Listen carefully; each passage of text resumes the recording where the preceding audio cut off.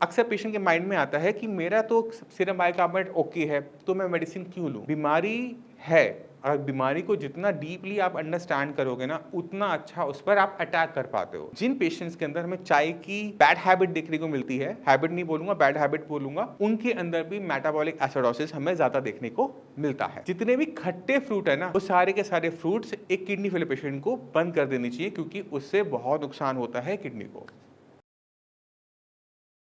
नमस्कार, मेरा नाम है डॉक्टर पुरु धवन और आज इस वीडियो में हम जानेंगे कि किस तरह से बेकिंग सोडा किसी किडनी फेलियर पेशेंट की मदद कर सकता है। अब आप सोच रहे हो कि बेकिंग सोडा किडनी पेशेंट में ये कैसे हो सकता है, उसी को आज हम समझाने की कोशिश करेंगे कि किस तरह से बेकिंग सोडा यानी सोडियम बाइकार्बोनेट की हेल्प से हम किडनी को खराब होने से कंट्रोल कर सकते हैं। तो शुरुआत करते हैं सबसे पहले किडनी को समझने से कि किडनी किस तरह से काम करती है। हम सबको पता है कि किडनी हमारी बॉडी में पानी को निकालती है, यूरिन बनाती है और जितना भी टॉक्सिक मटेरियल बन रहा होता है बॉडी में, उसे बाहर निकालती है। बट हमें ये नहीं पता होता कि हमारा जो यूरिन है वो एसिडिक होता है। वो एसिडिक इसलिए होता है क्योंकि किडनी एसिड को भी यूरिन के रास्ते फ्लश कर रही होती है। अब जब कभी आपकी किडनी खराब होनी शुरू हो जाए तो ये जो एसिड है, जो पहले यूरिन के रास्ते बाहर चला जाता था, वो नहीं जा पा रहा होता। तो उसका नुकसान क्या होता है कि ब्लड के अंदर एसिड इकट्ठा होना शुरू हो जाता है। बन तो रहा है, निकल नहीं पा रहा, इसलिए वो इकट्ठा हो जाता है। अब ब्लड जितना एसिडिक होता चला जाएगा, उतना ही वो किडनी को और नुकसान पहुंचाता है। इसी वजह से जितने भी किडनी फेलियर के पेशेंट हैं, वो शुरुआती दौर में जब उनको पता लगता है कि किडनी खराब हो रही है, तो 1 to 4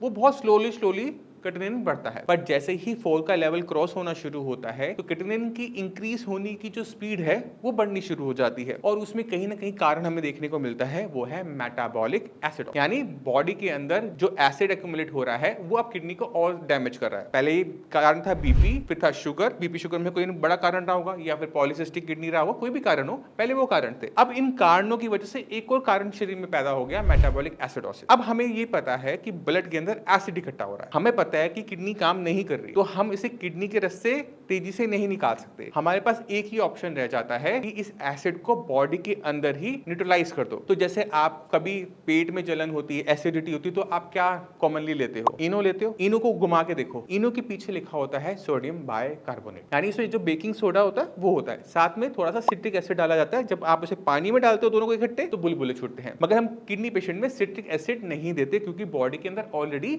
एसिड एक्यूमुलेट हो रहा है। उसमें हम क्या करते हैं, हम सिर्फ एक चीज देते हैं, वो है सोडियम बाइकार्बोनेट, बेकिंग सोडा। तो ये जो बेकिंग सोडा जब बॉडी में जाता है, तो ब्लड के अंदर जो एसिड है उसको न्यूट्रलाइज वहीं पे कर देता है, जिससे किडनी पे इंपैक्ट कम से कम जाता है। बॉडी के अंदर मेटाबॉलिक एसिडोसिस स्टार्ट नहीं हो पाता, क्योंकि सोडियम बाइकार्बोनेट जो है वो बहुत सेफ होता है। उससे ब्रेड बनती है, ढोकला बनता है, खाने पीने की चीजों में इसको डालते हैं, इसलिए वो कंपैरेटिवली सबसे सेफेस्ट मेडिसिन में से काउंट हो सकता है। अब इसका कोई हमारे पे बुरा इंपैक्ट नहीं पड़ रहा, बट ये हमारी किडनी की कंडीशन को खराब होने से रोके बैठा हुआ है। इसी वजह से जितने भी किडनी फेलियर के पेशेंट होते हैं, वो किसी न किसी फॉर्म में बेकिंग सोडा की टैबलेट ले रहे होते हैं। कुछ को पता होता है, कुछ को नहीं पता होता। तो आपके पास जो मेडिसिन हैं उनको आप निकाल सकते हो। उनके पत्ते के पीछे आप देखोगे कि उनका एक नाम लिखा होता है, उनका सोल्ट का नाम लिखा होता है, और उसमें आप ढूंढो सोडियम बाइकार्बोनेट, आपको मिल जाए। और वो अक्सर नोडोसिस, सबोसिस, सोडा मिंट, इस नामों से आपको इजीली प्रिस्क्रिप्शन में भी देखने को मिल जाएगी। और इसका पर्पस क्या है, आपके मेटाबॉलिक एसिडोसिस को बॉडी में ना होने देना। अब सवाल ये उठता है कि क्या ऐसा कोई टेस्ट है कि हम इसे जांच पाए कि बॉडी में हो रहा है नहीं हो रहा है, क्योंकि इससे हमें हेल्प मिलेगी मेडिसिन को सेट करने में, इससे हेल्प मिलेगी हमें अपनी बढ़ते हुए क्रिएटिनिन को समझने में कि वो क्यों बढ़ा। तो उसका एक टेस्ट होता है। अक्सर जब हम केएफटी करवाते हैं, तो बड़ी लैब जो होती हैं और खासकर जो हॉस्पिटल्स होते हैं, वो उसी केएफटी की रिपोर्ट के अंदर एक नीचे सेक्शन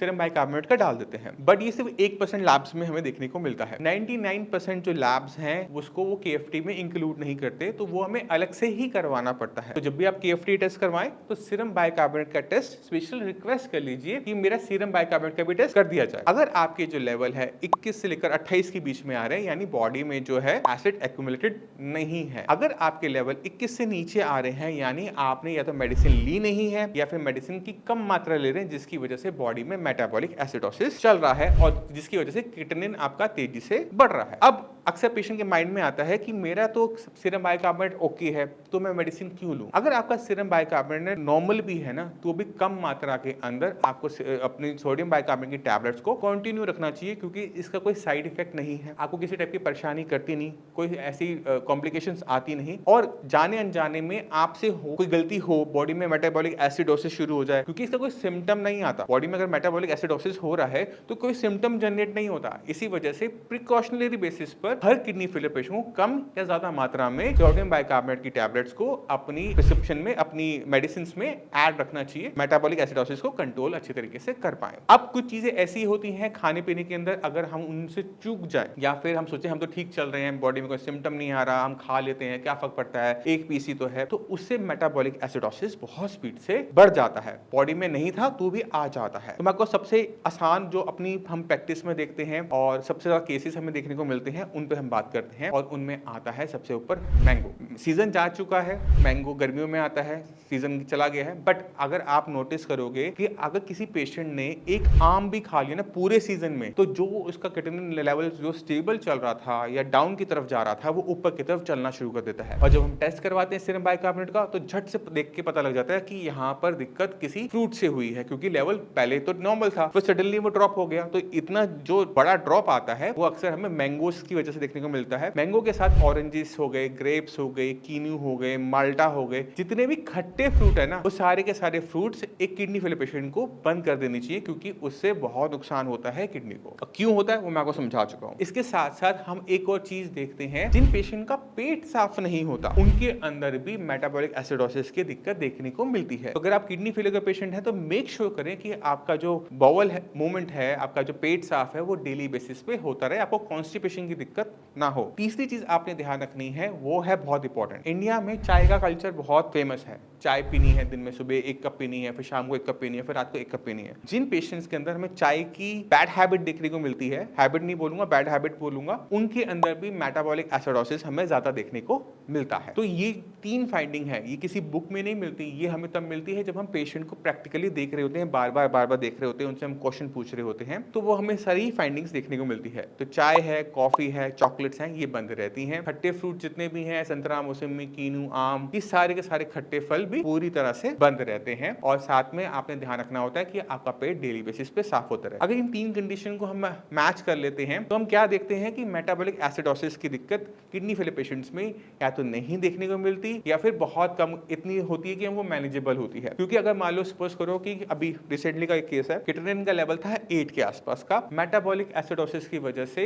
जो सीरम बाइकार्बोनेट की वैल्यू थी वो बिलो 10 थी। अब ऐसे केसेस में मुझे पता है कि लेवल हो रहा है डायलिसिस वाला और बाइकार्बोनेट है आपका बहुत नीचे। अगर हम मेडिसिन से उसे पूरा करना चाहेंगे तो पूरा करते करते महीना बीत जाएगा और महीने भर के अंदर जो किडनी को डैमेज आएगा उससे पेशेंट की कंडीशन बहुत ज्यादा खराब हो जाएगी। तो ऐसे केसेस में कभी कभी हमें बहुत अजीब सी कॉल लेनी पड़ती है, या आप कह सकते हो कि ऐसी कॉल लेनी पड़ती है जहां पे पेशेंट हमारे साथ मैच नहीं करता। हम जब पेशेंट को बोलते हैं कि सीरम बाइकार्बोनेट को पूरा करने के लिए आपको डायलिसिस करवाना पड़ेगा, तो पेशेंट कहता है डायलिसिस से बचने के लिए तो आपके पास आए हैं, आप कह रहे हो डायलिसिस करवा लो। तो ये दिक्कत हमें देखने को मिलती है। तो अच्छा ये होता है कि आप कोई भी ट्रीटमेंट लो, होम्योपैथिक लो, आयुर्वेदिक लो, एलोपैथिक लो, सब कुछ मिला के लो, बट अपने सीरम बाइकार्बोनेट की वैल्यूज पर नजर जरूर रखो। अगर आपको लगता है कि वो नॉर्मल लिमिट से नीचे की तरफ जा रहे हैं तो वो एक्शनेबल है। आप अपने डॉक्टर से भी पूछ सकते हो कि इसमें हमें क्या करना है, क्या नहीं करना है। क्योंकि देखो बीमारी है, अगर बीमारी को जितना डीपली आप अंडरस्टैंड करोगे ना, उतना अच्छा उस पर आप अटैक कर पाते हो, उतना अच्छा अपना डिफेंस कर पाते हो। तो बहुत जरूरी होता है अपनी जो बीमारी शरीर में लगी हुई है या फैमिली में किसी को लगी हुई है उसको अंडरस्टैंड करना, क्योंकि उतनी ही ज्यादा आप उसकी हेल्प कर पा रहे हो। तो ये बहुत इंपॉर्टेंट होता है। अब फिर भी आपके माइंड में कोई भी डाउट रह जाता है, कुछ भी पूछना चाहते हो, तो डॉक्टर्स की पूरी टीम है, आप उनसे बात कर सकते हो, मुझसे भी आकर मिल सकते हो। अब मैं इसी के साथ आपसे चलने की आगे चाहूंगा। मिलते हैं अगली वीडियो में, तब तक के लिए नमस्कार।